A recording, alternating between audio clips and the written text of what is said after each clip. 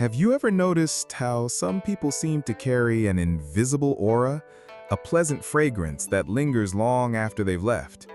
And then there are others whose presence is less inviting, leaving behind a subtle, unpleasant trace, no matter how much they try to conceal it.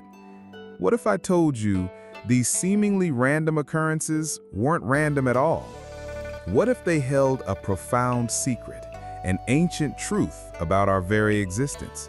Prepare to have your perceptions challenged, because today we're delving into a hidden world where scent reveals the deepest truths of the soul. Centuries ago, in the serene valleys of ancient India, Siddhartha Gautama, the Buddha, was known not just for his profound wisdom, but for something else entirely. A mysterious, ethereal fragrance that constantly emanated from him. Ananda, his devoted disciple, often marveled at it. Wherever the Buddha walked, a delicate, pure aroma, unlike any earthly scent, lingered for days. It was as if the very air around him was blessed. Yet others, even some who claimed to be devout, carried a different kind of scent, one that hinted at a deeper, unseen reality. It was a crisp morning on Vulture Peak, the air still cool with dew, the faint hum of chanting carried on the breeze. Ananda was meticulously arranging the Buddha's robes when a wave of exquisite fragrance enveloped him. It was unlike anything he had ever encountered, pure, uplifting, and seemingly without a source. Venerable One, Ananda respectfully inquired, why is it that such a wondrous scent always emanates from you? It is unlike any earthly perfume, as if it comes from the heavens themselves. The Buddha smiled, a gentle unfolding like a thousand-petaled lotus. Ananda, he began, the scents of beings, whether foul or fair, are not accidental. They are the clear manifestations of karma. As the Buddha spoke, a monk named Uday approached. Though outwardly a monastic, Uday's mind often strayed into unwholesome thoughts. As he drew near, Ananda instinctively recoiled, detecting a subtle yet distinctly unpleasant odor. It wasn't the smell of sweat or uncleanliness, but something deeper, more unsettling. The Buddha observed Ananda's reaction. Ananda, do you perceive something? Ananda hesitated, then admitted. Venerable One, there seems to be an unusual odor from Brother Uday, quite different from your sublime fragrance. Uday's face flushed and he lowered his gaze. But the Buddha, with boundless compassion, turned to him. Uday, do not be ashamed. Today we shall use this very circumstance to unveil the profound meaning behind the sense of karma. The Buddha's voice resonated through the serene morning. Monks, understand this. The pleasant or unpleasant scents of the body are not mere surface phenomena. They are the outward expressions of inner karma. Good deeds, accumulated like pure nectar, naturally manifest as fragrance. Heavy, evil deeds, like venomous snakes entwined around the body, inevitably manifest as foul odors. Just then, the Venerable Kashyapa, though advanced in years, approached with a vibrant spirit. Curiously, a faint scent of burning wood, like the lingering embers of meditation, surrounded him. Venerable Kashyapa, Ananda inquired, why do you carry the scent of fire? Kashyapa smiled gently.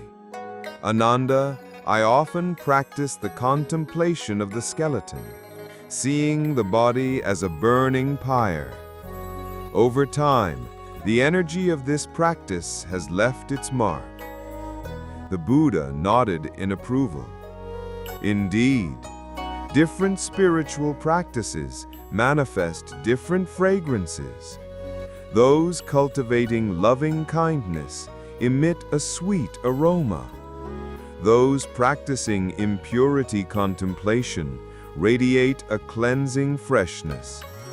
And those steeped in meditation emanate the calming scent of sandalwood. These are all signs of a pure mind and purified karma. A commotion from the foot of the mountain signaled the arrival of Sudatta, a wealthy merchant renowned for his boundless generosity. As he ascended Vulture Peak, a rich, persistent scent of sandalwood wafted behind him. Venerable One, Sudatta prostrated. Why does this fragrance emanate from me? I have used no perfumes. The Buddha's eyes gleamed with approval. Sudatta, your constant acts of giving and your cultivation of compassion, joy, and equanimity have invoked the protection of heavenly fragrance. Observe, the Buddha pointed. Where Sudatta's scent touched, the grass grew greener, and the birds sang sweeter. This is the miraculous power of wholesome karma. Then, a chilling transformation occurred in the air. A foul, putrid stench preceded the arrival of Ajatashatru, a notorious village tyrant. Birds scattered and plants withered in his wake. As he drew near, the monks involuntarily recoiled. Ajatashatru collapsed before the Buddha, weeping. Venerable One, I have sinned greatly, causing endless suffering. My body reeks, even my family shuns me. Please, have mercy. The Buddha gazed upon him with compassion. Ajatashatru, your evil karma is indeed profound, but to know your error and to change is a great good. This stench is the manifestation of your past deeds. To change it, you must truly repent and abandon all evil. But Venerable One, Ajatashatru despaired, I have bathed and used every perfume known to man, yet the smell persists. That is because you treat only the symptom, not the root, the Buddha gently corrected. External cleansing merely masks it. Unless the defilements of the mind are removed, the foul odor will never disappear. Udayi, pale with realization, stepped forward. Venerable One, is the unusual odor from me also due to my unwholesome thoughts? The Buddha nodded. Udayi, though you have renounced the world, greed, anger, and delusion still linger in your heart, especially the unsevered desire and arrogance. These vexations naturally emanate from your body. What then should I do? Udayi asked, trembling. Uphold the precepts, cultivate concentration, and purify your inner being, the Buddha advised. When your mind becomes as clear as a polished mirror, the unpleasant scent will vanish, replaced by the fragrance of purity. Venerable Kashyapa then recalled, Venerable One, I remember a past arhat, lotus-colored. She was once a butcher, her body reeking of blood. But after taking refuge in the Dharma, she diligently practiced. Initially, her scent was repulsive, yet with continuous repentance and strict adherence to the 5 precepts, not only did the foul odor vanish after 3 years, but her body began to emit the delicate fragrance of a lotus. Kashyapa speaks truly, the Buddha affirmed. Karma, though formidable, is not immutable. With sincere repentance and diligent practice, even the heaviest negative karma can be transformed. Bhikkhuni lotus-colored is the finest example. Ananda, deep in thought, then asked, "Venerable One, I have heard that some great masters, after passing away, their bodies do not decay and even emit fragrance. Why is this so?" This is the manifestation of perfected morality, concentration, and wisdom, the Buddha explained. When a person's mind is utterly pure, without the slightest defilement, even the physical body is affected. Not only do they emit fragrance in life, but their bodies do not decompose after death. This is the inconceivable power of wholesome karma. Sudatta, engrossed, asked, "Venerable One, do different good deeds produce different fragrances?" The Buddha smiled. Indeed, generosity creates a sweet fragrance, like nectar. Upholding precepts creates a pure fragrance, like a lotus. Patience creates a harmonious fragrance, like sandalwood. Diligence creates an intense fragrance, like agarwood.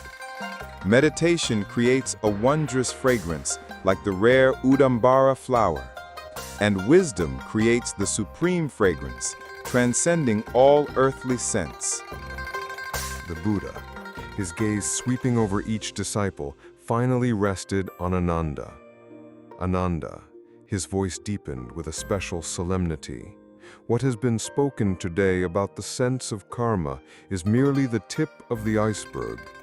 The true secret involves the fundamental mystery of sentient beings' transmigration and a supreme method for swiftly attaining liberation through the cultivation of fragrance. Ananda's heart stirred. He sensed a deeper truth concealed within the Buddha's words. The other disciples, including Sudatta and Ajatashatru, gazed at the Buddha, eager for more profound instruction.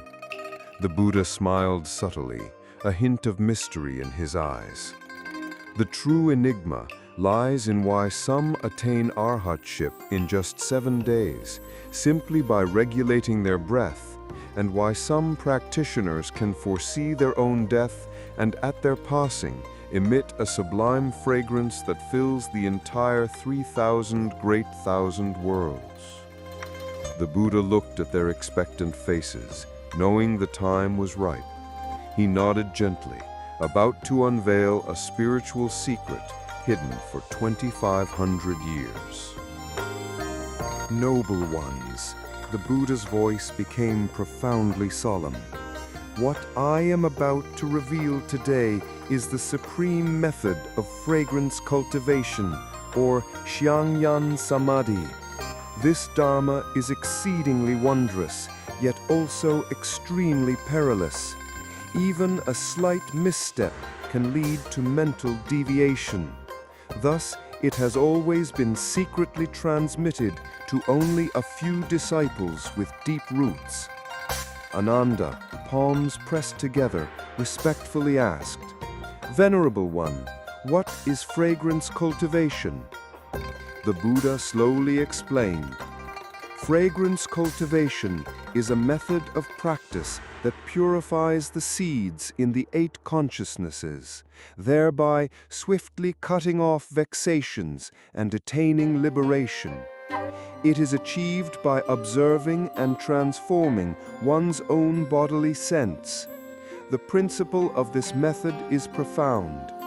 The body of a sentient being is, in fact, a manifestation of the mind consciousness. When there is greed in the mind, the body emits a specific scent. When there is anger, it produces another. Delusion, arrogance, doubt, all vexations have their corresponding bodily odors. By understanding this correlation, practitioners can directly purify inner vexations by regulating their fragrance." Venerable Kashyapa, engrossed, asked, "Venerable One, is this not more direct than traditional contemplation methods?" "Precisely," the Buddha affirmed. "Contemplation requires high concentration and can easily lead to abstract speculation, but fragrance is tangible. It can be directly perceived and directly regulated. Thus, this method is especially suited for those whose minds are scattered and find it difficult to enter deep meditation. The Buddha paused, then continued. However, this method also carries inherent dangers. Because it directly affects the physical body, improper practice can lead to abnormal bodily changes or even mental instability. Therefore, ancient masters have never easily transmitted it. Udai, emboldened, asked, "Venerable One, how specifically does one practice this method?" The Buddha looked at Udai, a flicker of compassion in his eyes. "Udai, since you asked, I will explain in detail. This method has 3 levels: discernment of scent, transformation of scent, and realization of scent."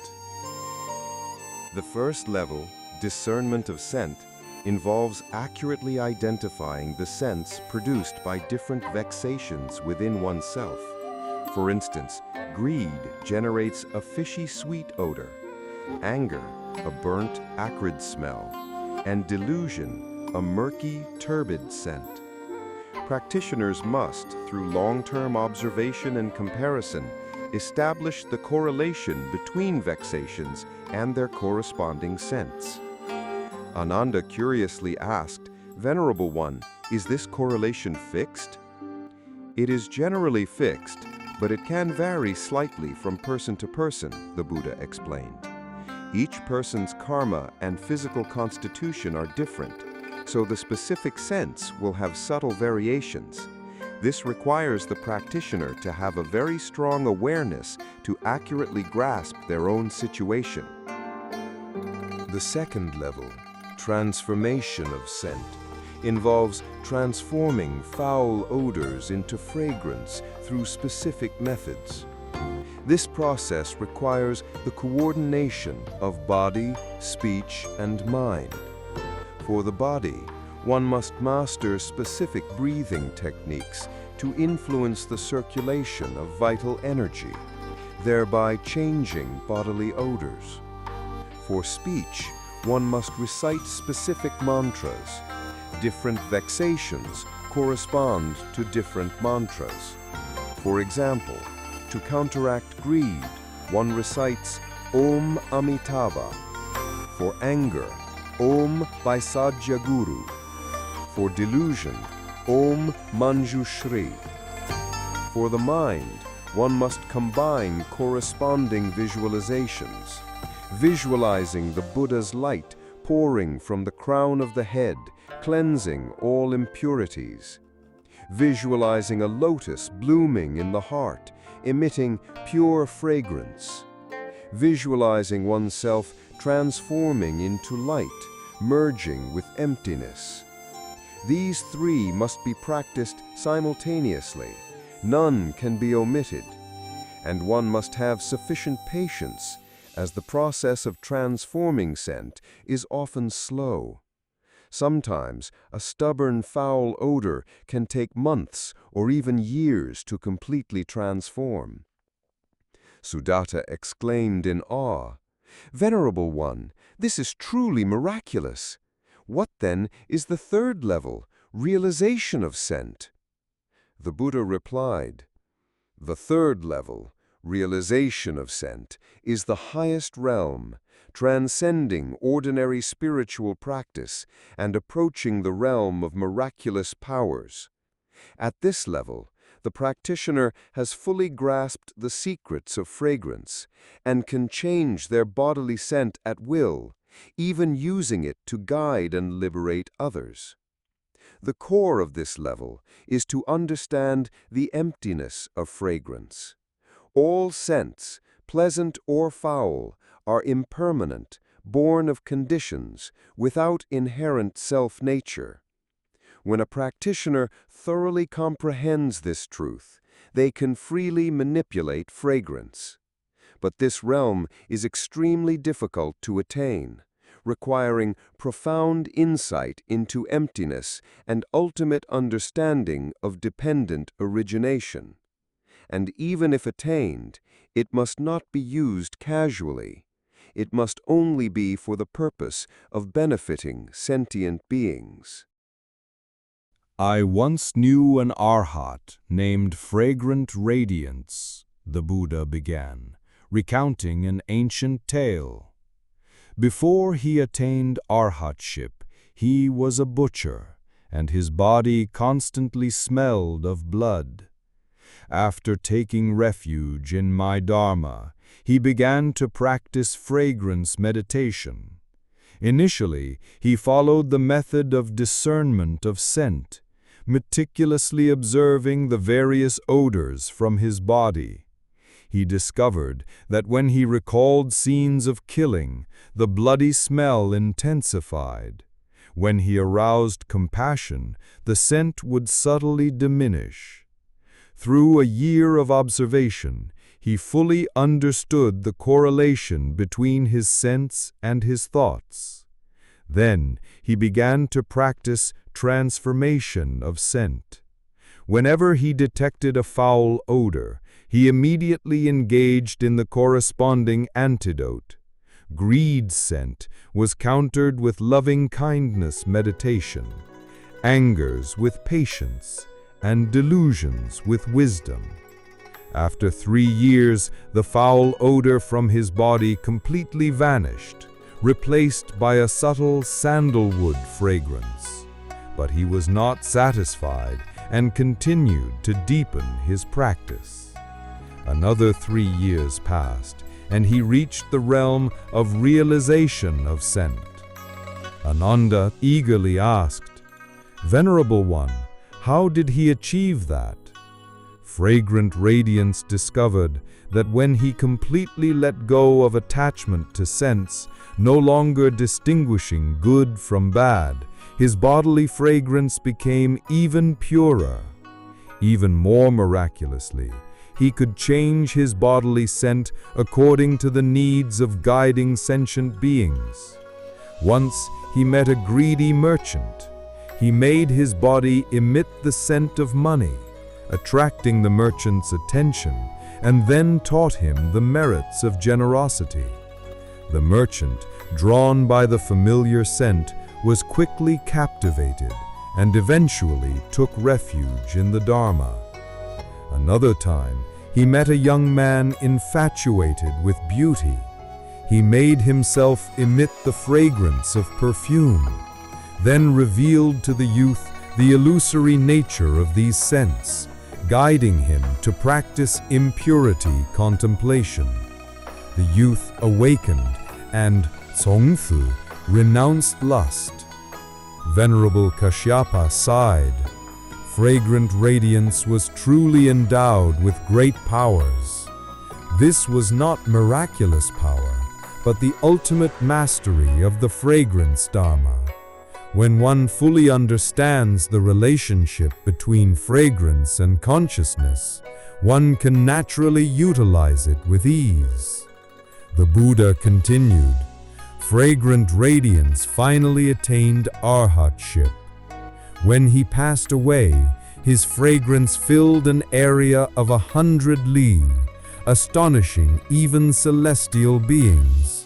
His body remains uncorrupted to this day, still emitting a wondrous scent. Ajatashatru, deeply moved, prostrated himself.